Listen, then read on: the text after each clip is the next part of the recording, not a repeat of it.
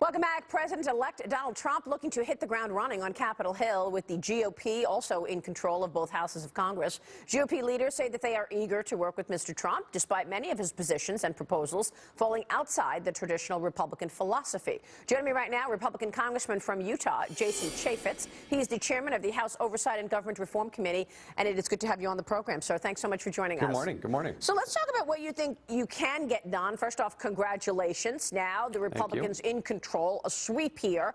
We've heard a lot about President-elect Trump's tax plan. Is this something you think you can achieve in 2017? And what else do you think will happen in 17?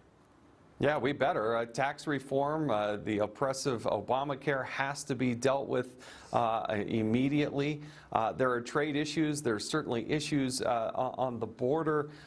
President Trump's agenda is full, and so is the House of Representatives, because there's also a lot of regulations that need to be rolled back, and there's a lot of executive orders that President Trump is going to have to deal with in the first few days that he's in office. But you know, with the Republicans having the House, the Senate, and the presidency, I think that we're more optimistic than ever. Are you saying that you would vote yes to the 15% corporate tax rate and the lowering of taxes that Donald Trump has proposed?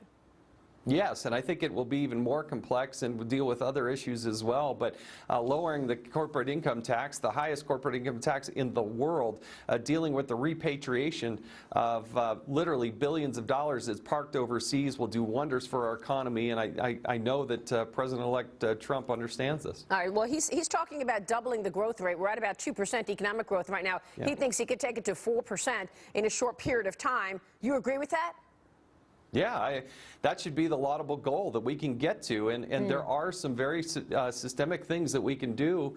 Corporate income tax rate and the repatriation is literally, I would love to know the analysis of how many billions of dollars are parked overseas that would come back and be injected into this economy. Yeah, Congressman, let me ask you about some of the things that perhaps the two do not agree on, and we know that congressional Republicans have generally been very pro-free trade.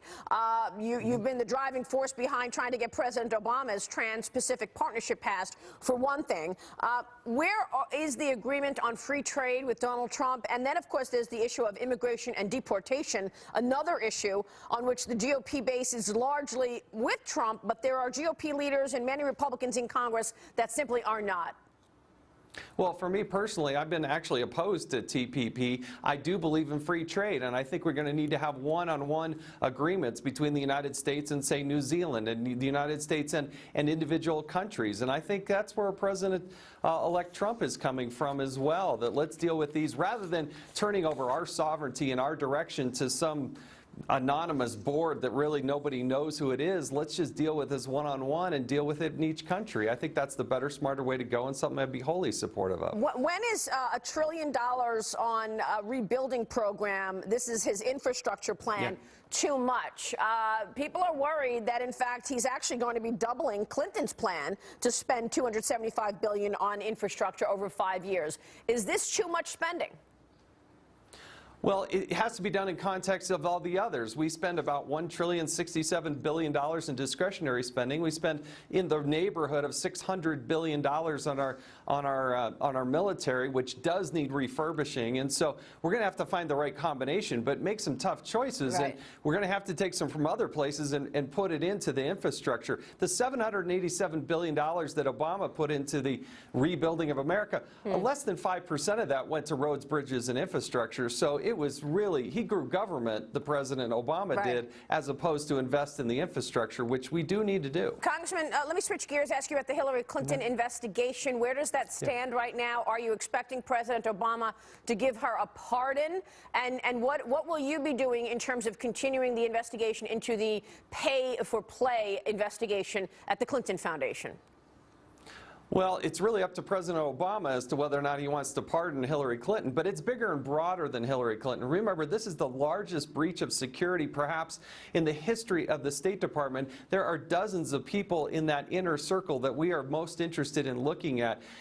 We had perjury issues that we still want the Department of Justice to look at. You have allegations of a quid pro quo. We don't know where they're at in terms of their investigation into the Clinton Foundation. And the FBI FBI director, we still have some questions because his latest letter narrowed the scope of their investigation to the time that she was Secretary of State. But we're also interested in what happened before and what happened after that. It's this huge, massive mess that has to be cleaned up. So we would be remiss if we just dismissed it and moved on. We have a lot of things that we have to fix so it never ever happens again. So you're saying that investigation continues? Oh, absolutely. I'd be derelict in my duty if I just let it go and said, well, there's an election. Yeah. But there's still people that work at the State Department that were key to this problem. I mean, look at the Undersecretary for Management, Patrick Kennedy. There are lots of these people that we are still in the infrastructure. Congressman, good to have you on the program this morning. Thank you. We will see you soon, sir. Thanks, We'll be watching.